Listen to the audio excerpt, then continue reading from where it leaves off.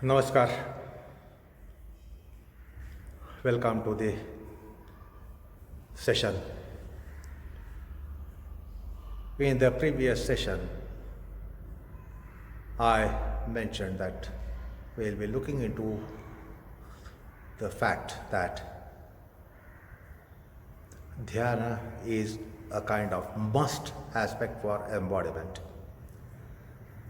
See, our embodiment needs so many things. It is not that only that we take what we need. We don't take just what we want. We also have to cater the embodiment with what ours needs. Like for example, no one likes to swallow medicine. But then, don't we take medicine because something in us needs medicine? So there are so many things. Although it is our embodiment and we have a kind of illusion that it is our embodiment, it is my body, my mind, yet there are so many things which are ours, and even if we don't like it, don't need it, don't want it, yet we have to take it. So try to ponder over this factor.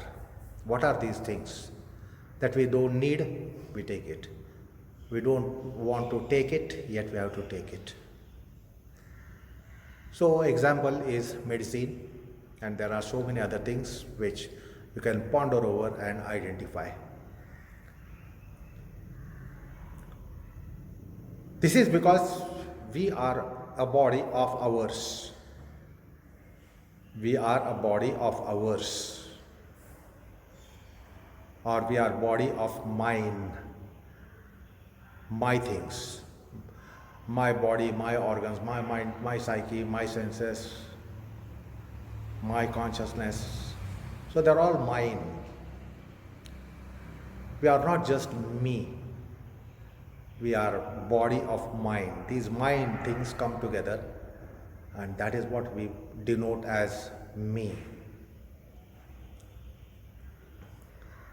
The point is, there are so many things that you don't like it, you take it. See, in a family setup, if you have children in your house, the child asks you for certain things and you don't want to do that. You don't like it actually. But for the sake of your child, you will do it.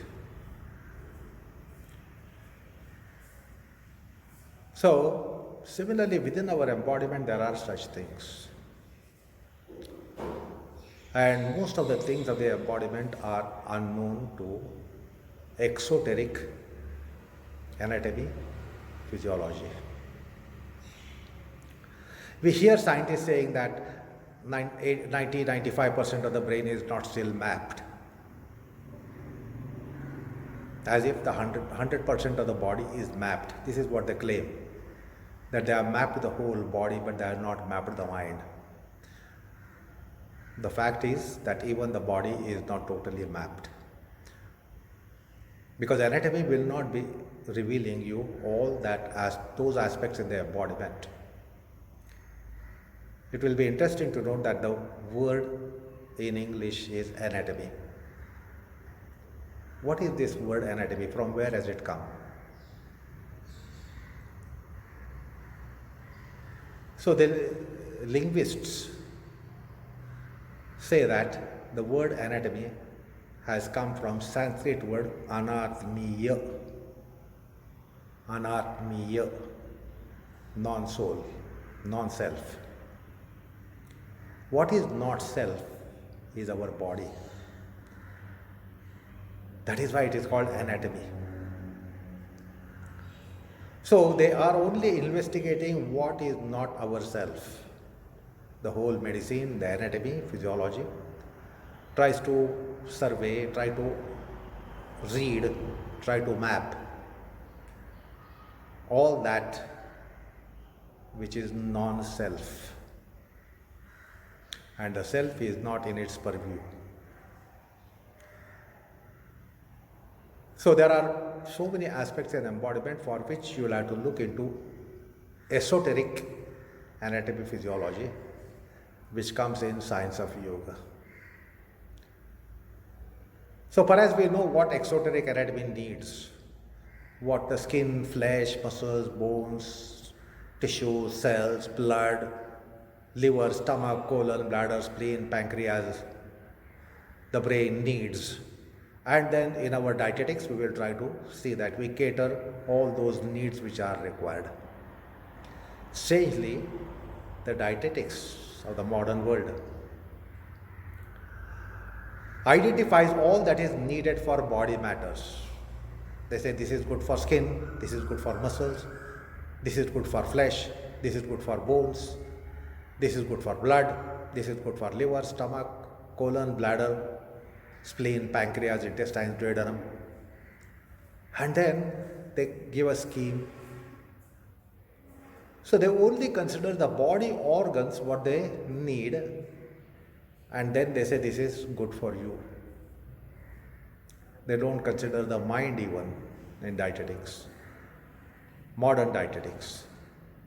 Anyway, so there are so many things not identified by the body sciences of our times and what we study as body sciences today in our world.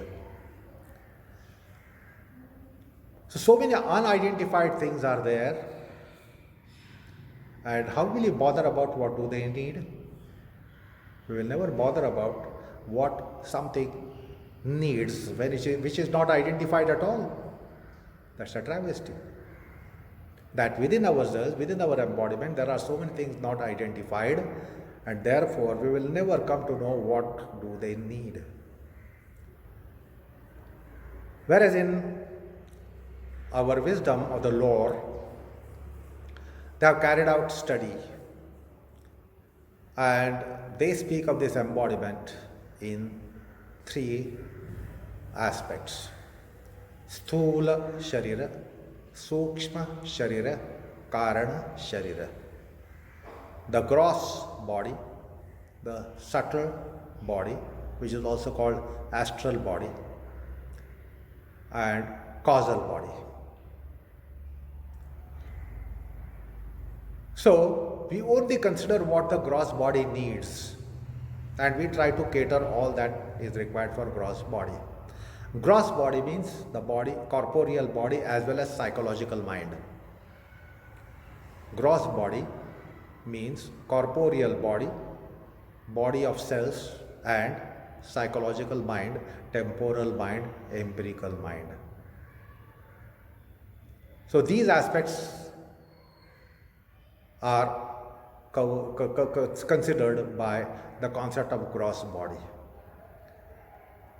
What underlies the gross body is called subtle body, or it is called astral body, or some of the modern philosophers call it electronic body. This is the body which transmigrates. It doesn't take birth while our body takes birth, while we take birth. It doesn't die when we die. It transmigrates. It is an ageless body. It is an ageless body of psyche, consciousness, the infrastructural body and mind. They are in the subtle body. The subtle body will not be sighted by radiological insights, or any mechanical insight which might be developed by science, which is already developed and will be developing. However, they will never be able to catch that. The subtle body which transmigrates, which is deathless, which is also birthless. That is ageless body called subtle body. Do we ever bother about what that body needs? We only see that what our mortal body needs, which is having a birth, which has taken a birth, which is going to go through different stages, such as growth, then decay, and then death. So we consider that body only. But the wisdom of the lower identifies it, the subtle body, Sukshma Sharira, also identifies Karana Sharira, the causal body. And Adhyatma devises a scheme which circumscribes what they need. So, Adhyatma considers what that subtle body and the causal body needs. And the scheme is quite simplified. Like our gross body needs, try to make again a list. We all know it, we all have to know it formally. Our grosser body, which is physical corporeal body and the psychological mind. It needs activity. It needs nourishment. It needs exercise. It needs rest. It needs recovery. It needs medicine. It needs purificatory processes. It needs to have purificatory processes by bath, etc. So try to make a formal study as to what the gross body and the mind requires. We have been catering our body and mind to the extent possible, to the extent that we know about it. We try to do all that is needed for our physical mind and physical body and psychological mind. Now, all that they need, the gross body and mind they need, the sthula sharira needs, is also need of the subtle body. But the scheme has been simplified. You don't have to take that body to dining table, take that body to toilet, take that body to bathroom, take that body to gym, take that body to bed, take that body to a clinic, etc. You don't have to do that. Adhyatma says that all the needs of the gross body are the needs of subtler body. But the means through which it is catered is just one measure. It is only one means through which all that will be done. And that is why we don't really have to take care of the subtler body, subtler mind, in the sense we try to take the care of our grosser body and grosser mind. Actually, it's a different care that we need to take about the subtler body, particularly in the realm of yoga, field of yoga. Bhagavad Gita says, yoga is fructified after journey of several lives. Aneka janma samsiddho tato yati param gatim. Yoga fructifies not in one lifetime. It is not a material endeavor which one might try to attain in one lifetime.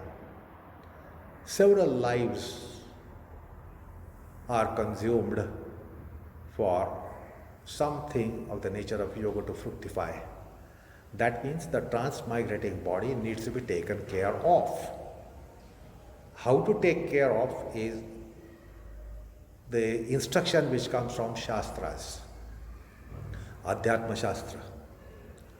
Now it says that you only need to do one thing for that subtle body, ageless body, and that will take care of everything.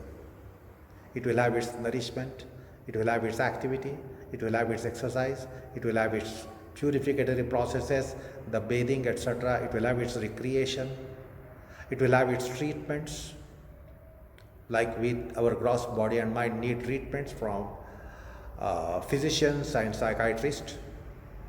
The subtle body needs such care, but there are no physicians and psychiatrists for subtle body and subtle mind of the subtle body. What is this measure? What is this marvelous measure? This marvelous measure is japa. Japa of what? Patanjali has expressly mentioned, but we all the students of Patanjali Yoga who claim that we are ardent followers of Patanjali Yoga Sutra have conveniently set aside this instruction which has come from Patanjali, which comes in niyamas, swadhyaya, which comes in swadhyaya of Kriya Yoga. So he has a concept of swadhyaya which comes even in niyamas. And we all claim that we are adhering to Ashtanga Yoga of Patanjali, and see how conveniently we have overlooked. Swadhyaya we have only considered self-study, but the science explicitly says pranavadi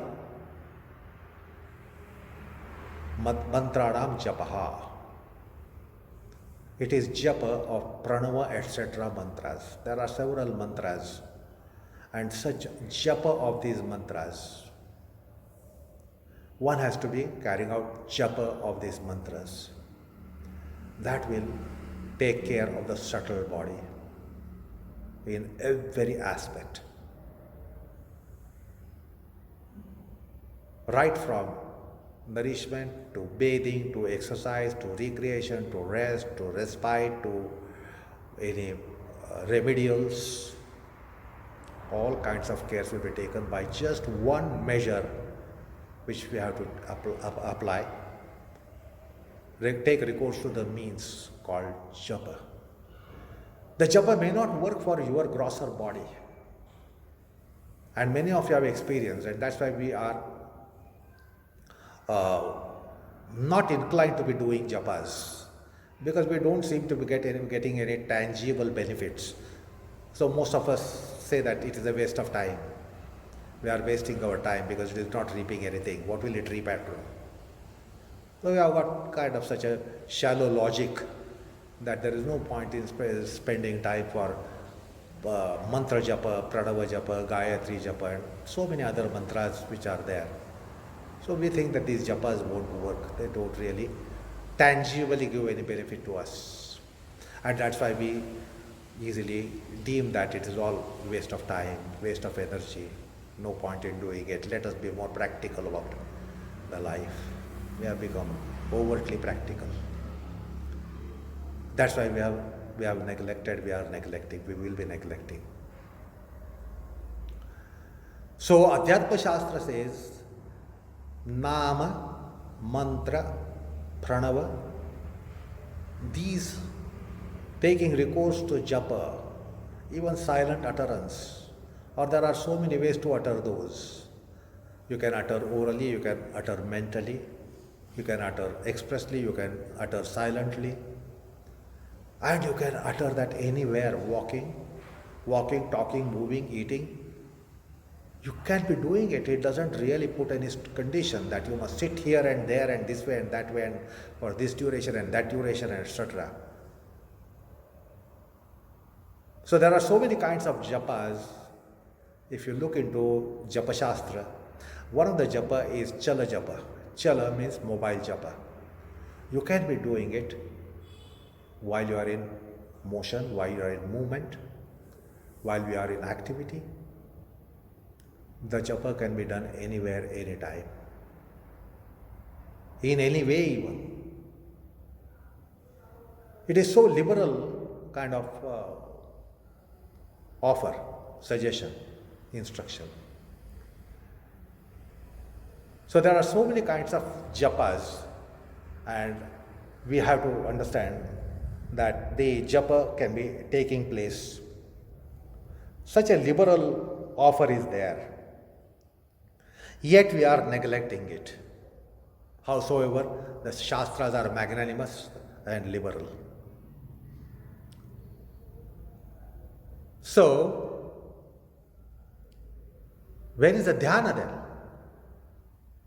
Therefore, there is a definition of dhyana. Japor dhyanam. Japaha is dhyanam. This comes in Srimad Bhagavad Purana. Srimad Bhagavad has this definition. Mere japa is dhyana. Just as in Bhagavad Gita, Lord says, you just have to offer me ordinary things, patram, pushpam, phalam, toyam.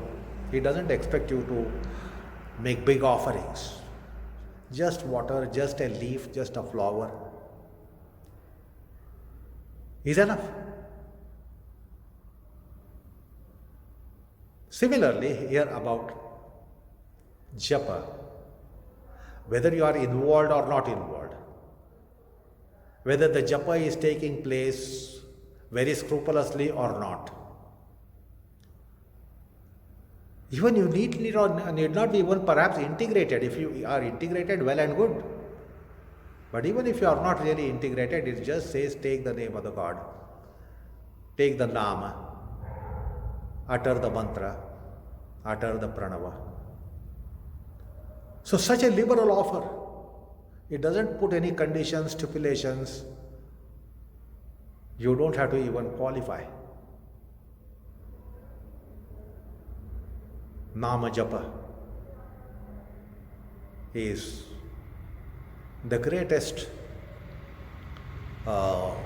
means of adhyatmic evolvement in our times, in Kali Yuga. Harer Nama Kevalam. Vyasa raising his both the arms, hands, he says just take recourse to Harinama. He says 3 times in Vishnuttara Dharma Purana. The point is, you just have to do the japa without any condition, stipulation. Such a liberal offer is there. And that will work for the subtler body. So all our parts of the body or mind are not called organs as it is called in English. Nor are they called avayava, means parts. We should be proud of our ancient wisdom that they have right kind of description of all these. They are called indriyas. Jnanendriya, Karmendriya, Sharirendriya, Manasendriya. So we have indriyas of digestive system, circulatory system, endocrine system, generative system, psychomental system, nervous system. All these systems of the systemic body, they all are of indriyas. The word is indriya. What is this word indriya? The indriya word comes from Indra. What is Indra? Who is Indra? Indra is in the pantheon of Vedic religion, ancient religion. He is the king of all gods. Indra is king of all gods. Semi-gods, demigods, semi-deities, demi-deities. He is the king of all gods, Indra. And all gods are the forces which work under him. He is the supreme of all the gods. That's why he is Indra, and all these are indriyas. So what is this inflection? Indriya. Indriya. It is inflection from word Indra. Like we say, Bharat, Bharatiya. America, American. Japan, Japanese. China, Chinese. Australia, Australian. Similarly, all these are indriyas, means of Indra. That is why they are called indriyas. They are not called organs. It is wrong to translate the word indriya into English as organ or word organ in English as indriya. This is how the word has been derived. So all the deities are residing within us. The Pantheon says there are 330 million deities. 330 million deities. 33 crore of deities. So these deities are for various functions. That is why this marvelous embodiment is really marvel. We have taken it for granted. We need to understand how marvelously our any organ works. Eyes, a great marvel. Ears, a great marvel. Nose, a great marvel. Liver, stomach, colon, bladder, spleen, pancreas, all great marvels. Every organ is a great marvel. The heart is a great marvel. We should not have a mechanical view of the body. The heart incessantly works for 80, 90, 100 years. Day in and day out. No sick leave, no privilege leave. All these organs in our body are working, and some of them are really working without respite, without rest. See, such as the lungs, breathing organs, such as the heart. They are incessantly working without break, without respite. Other organs may get some rest. Like when you go to sleep, your mind organ gets a rest. You can fast and give rest to your digestive organs. So other organs will find the rest. They do take rest. But some of the organs, vital organs, such as lungs and heart, work incessantly. They don't relent even for a moment, for any reason. It is a marvel that they work for so many decades. And the way they work, the way they function is a marvel. So try to explore this kind of information from the body sciences, body book. How the liver works, how it is a marvel. How pancreas work, how it's a marvel. How any organ works, how it is a marvel. The kidney, you know the size of kidney, the dimension of the kidney. It contains some thousands of filters. Who produced and manufactured such a delicate organ and such a marvelous organ? Every organ is a marvel. We are collocation of all marvels. We ourselves are marvel. Every organ of our body and mind is a marvel. We don't realize it. The point is, there are these. Why are they marvelous? Why are they so superhuman? We might be all humans, but all which constitute us really work on superhuman plane. The way our organs of body, organs of mind, the brain, the way the brain works, it's a marvel. Because it is all celestial, it is all of God's. And now we need to give something to these celestial forces.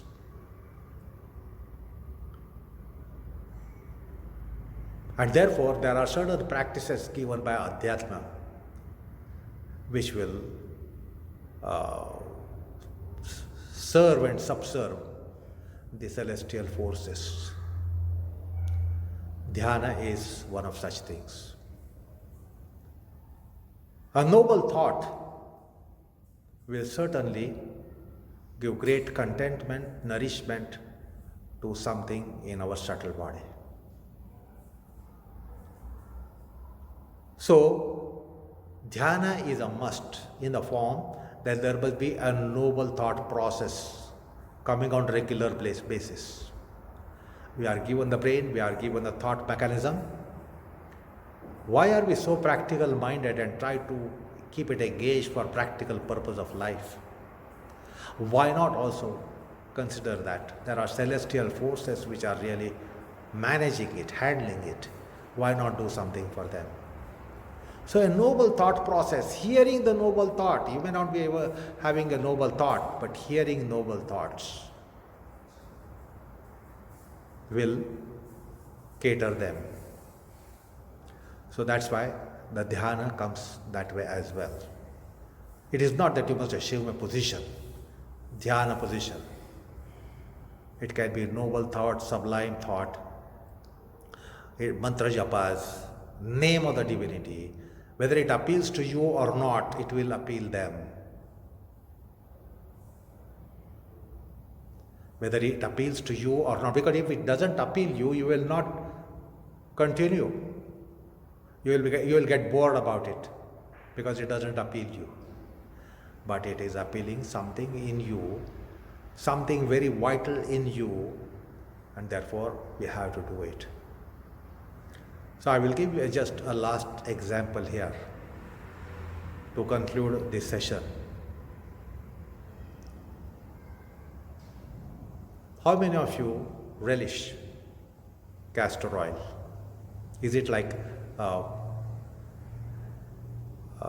delicious juice substance? Like you might be liking the juice from Rasagulla, Gulab Jam, the juice that is there, or juice in fruits. We relish the juice in the fruits. Anything within us, does it relish castor oil as juice? But something within us relishes that. That is the colon. Colon not only needs it, colon likes it, colon wants it. It is wrong to conceive that it only needs, it likes it, because it lubricates it and it's a relish for it. We take it. We take it because we need it. We don't take it because colon like it. We don't take it because colon likes it. But we do not know its likes and dislikes. We are not aware of likes and dislikes of our heart. Likes and dislikes of our liver, stomach, colon, bladder, spleen, pancreas, intestines, duodenum. We are only aware of what relishes our eyes, what is good for our eyes, what is good for our ears, sonorous music, beautiful sight, bewitching vision, bewitching sight. But there are so many subtle things behind all, beyond all those. They have their taste. And therefore, we will be taking castor oil. So no part of your mouth or the passage through which it goes seemingly likes it.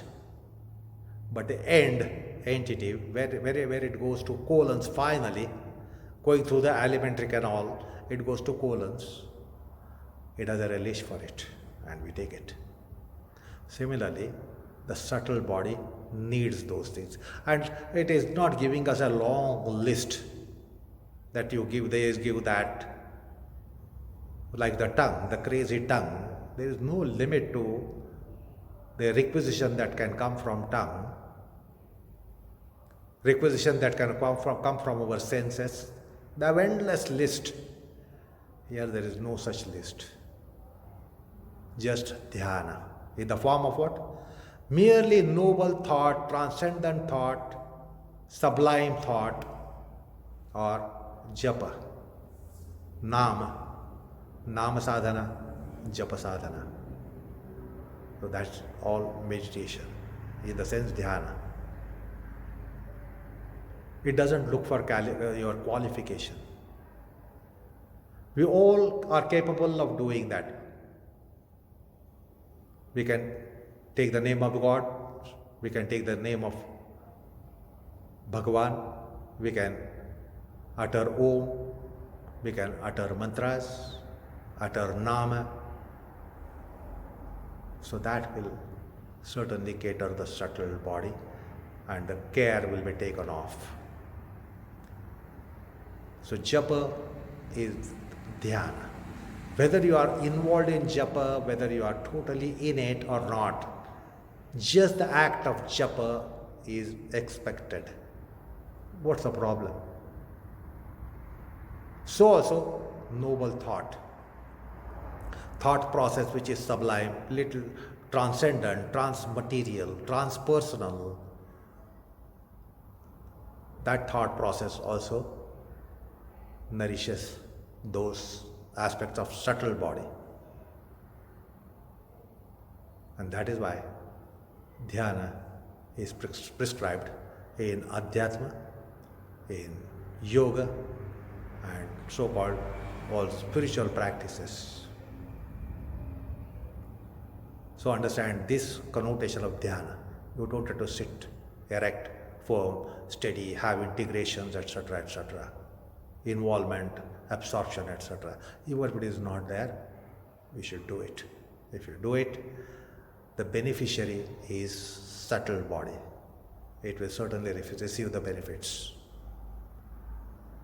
So try to understand this dimension of dhyana as well. So that is enough for this session. Namaskar.